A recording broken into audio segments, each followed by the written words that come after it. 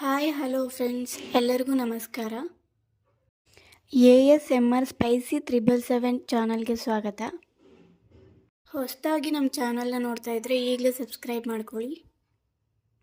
ಬನ್ನಿ, ಇವತ್ತು ತುಂಬಾ ಈಸಿಯಾಗಿ ಎಲ್ಲರೂ ಮಾಡೋ ಥರ ಒಂದು ರೆಸಿಪಿ ತಂದಿದ್ದೀನಿ. ಅದೇನಪ್ಪ ಅಂದರೆ ಚಿಕನ್ ಚಾಪ್ಸ್ ಅಂದರೆ ಯಾರಿಗೆ ತಾನೇ ಇಷ್ಟ ಇಲ್ಲ. ಅದರಲ್ಲೂ ದೋಸೆ, ಇಡ್ಲಿಗೆ ಮತ್ತು ಮುದ್ದೆಗೆ, ರೈಸ್ಗೆ ಎಲ್ಲದಕ್ಕೂ ಒಳ್ಳೆ ಕಾಂಬಿನೇಷನು.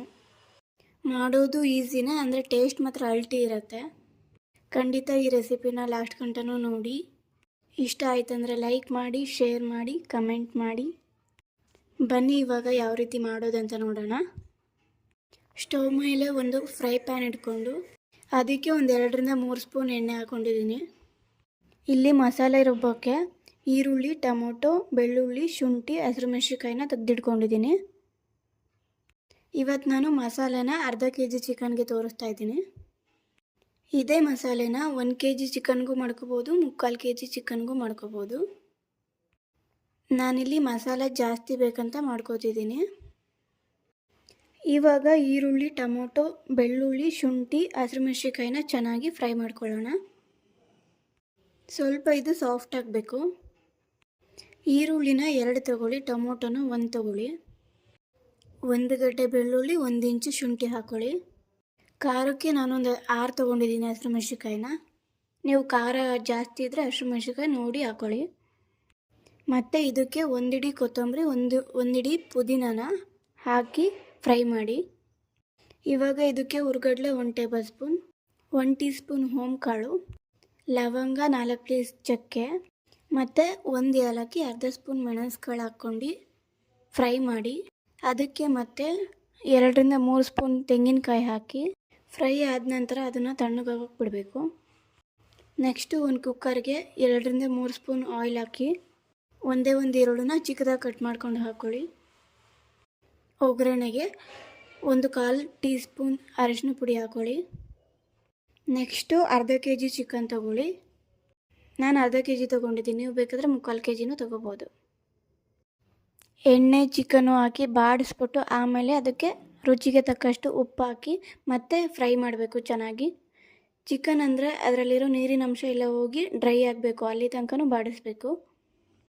ಯಾವಾಗಲೂ ಫ್ರೈ ಮಾಡ್ಕೋಬೇಕಾದ್ರೆ ಲೋ ಫ್ಲೇಮಲ್ಲಿರಲಿ. ಮತ್ತು ಇನ್ನೊಂದು ಕಡೆ ಒಂದು ಮಿಕ್ಸಿ ಜಾರ್ಗೆ ನಾವೇನು ಮಸಾಲೆನ ಹುರಿದಿಟ್ಕೊಂಡಿದ್ದು ಅದನ್ನು ಹಾಕಿ ಜೊತೆಗೆ ಸ್ವಲ್ಪ ನೀರು ಹಾಕಿ ಮಸಾಲೆನ ರುಬ್ಕೊಳ್ಳೋಣ.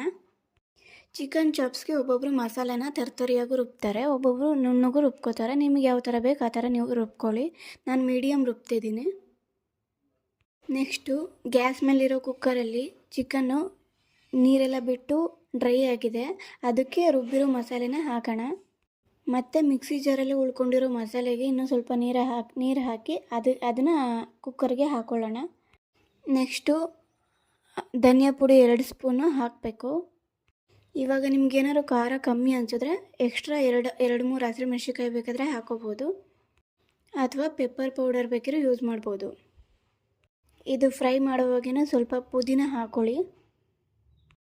ಪುದೀನ ಸ್ಮೆಲ್ ಸಖತ್ತಾಗಿ ಬರುತ್ತೆ, ಬೇಕಂದರೆ ಹಾಕ್ಕೊಳ್ಳಿ, ಇಲ್ಲಾಂದರೆ ಬೇಡ, ನಿಮ್ಮಿಷ್ಟ.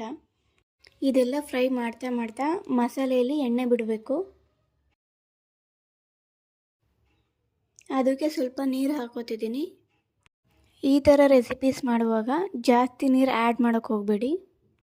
ನಿಮಗೆ ಸ್ವಲ್ಪ ಸಾಂಬಾರು ಥರ ಬೇಕಂದರೆ ಸ್ವಲ್ಪ ಜಾಸ್ತಿ ನೀರು ಹಾಕ್ಕೊಳ್ಳಿ, ಇಲ್ಲಾಂದರೆ ಗ್ರೇವಿ ಯಾವ ಥರ ಮಾಡಬೇಕೋ ಆ ಥರನೇ ಮಾಡ್ಕೊಳ್ಳಿ. ರುಚಿಗೆ ಉಪ್ಪು ನೋಡ್ಕೊಳ್ಳಿ, ಸರಿ ಇದ್ದರೆ ಹಾಕೋದೇನು ಬೇಡ, ಮತ್ತು ಕಮ್ಮಿ ಇದ್ದರೆ ಸ್ವಲ್ಪ ಹಾಕ್ಕೊಳ್ಳಿ. ಆಲ್ರೆಡಿ ಚಿಕನ್ನು ಅರ್ಧ ಭಾಗ ಬೆಂದಿರುತ್ತೆ. ಕುಕ್ಕರ್ನ ಮುಚ್ಚಿಬಿಟ್ಟು ಒಂದು 4 ವಿಷಲ್ ಓಡಿಸ್ಬಿಡಿ. 4 ವಿಷಲ್ ಬಿಟ್ಟು ಫುಲ್ ಗ್ಯಾಸ್ ರಿಲೀಸ್ ಆದಮೇಲೆ ಓಪನ್ ಮಾಡಿ. ನೀವೇ ಓಪನ್ ಮಾಡೋಕ್ಕೆ ಹೋಗಬೇಡಿ. ಸೂಪರಾಗಿ ಬಂದಿದೆ, ನೋಡೋಕ್ಕೂ ಚೆನ್ನಾಗಿ ಕಾಣಿಸ್ತಿದೆ, ಟೇಸ್ಟು ಚೆನ್ನಾಗಿದೆ ಅಂತ ಅಂದ್ಕೊತೀನಿ. ತುಂಬ ಗಟ್ಟಿಗೂ ಅಲ್ಲ, ತುಂಬ ತೆಳ್ಳಗೂ ಅಲ್ಲ, ಮೀಡಿಯಮ್ ಆಗಿರಬೇಕು. ನಾವು ಮಾಡೋವಂಥ ಯಾವುದೇ ಡಿಶ್ಶಿಗೆ ಇದು ಕಾಂಬಿನೇಷನ್ ಆಗಿರಬೇಕು. ಇಡ್ಲಿ, ದೋಸೆ, ಪೂರಿ, ವೆರೈಟಿ ರೈಸ್ಗೆ ಎಲ್ಲದಕ್ಕೂ ಒಳ್ಳೆ ಕಾಂಬಿನೇಷನ್ ಆಗುತ್ತೆ. ಟೇಸ್ಟ್ ಮಾತ್ರ ಸಖತ್ತಾಗಿ ಇರುತ್ತೆ. ಕಮೆಂಟ್ ಮಾಡಿ ಯಾವ ಥರ ಇತ್ತು ಅಂತ.